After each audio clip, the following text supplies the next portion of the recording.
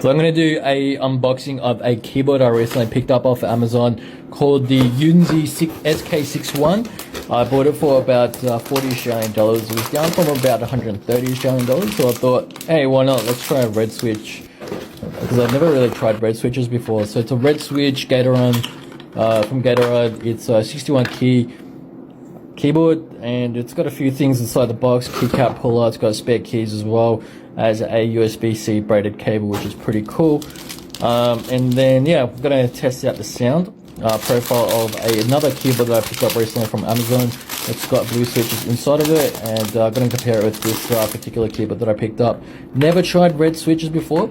It is quite unusual for me from what I've tried so far, where it completely bottoms out, like there's no bump inside of the switch as you would expect from a linear switch, whereas with the blue you do get that tactile feedback as well as the sound as well. Like when you mash those keys, it sounds beautiful, like a symphony. Is what you get from the blue switches. So let's have a listen.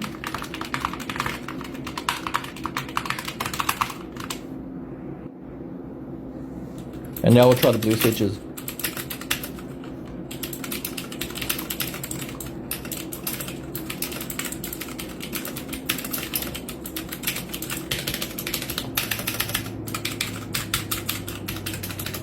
So quite loud, back to red.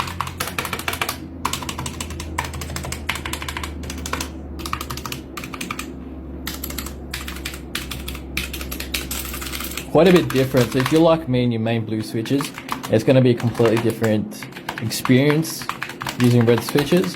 I'm going to try and see how I go with it for about 2 weeks, if I like it or not.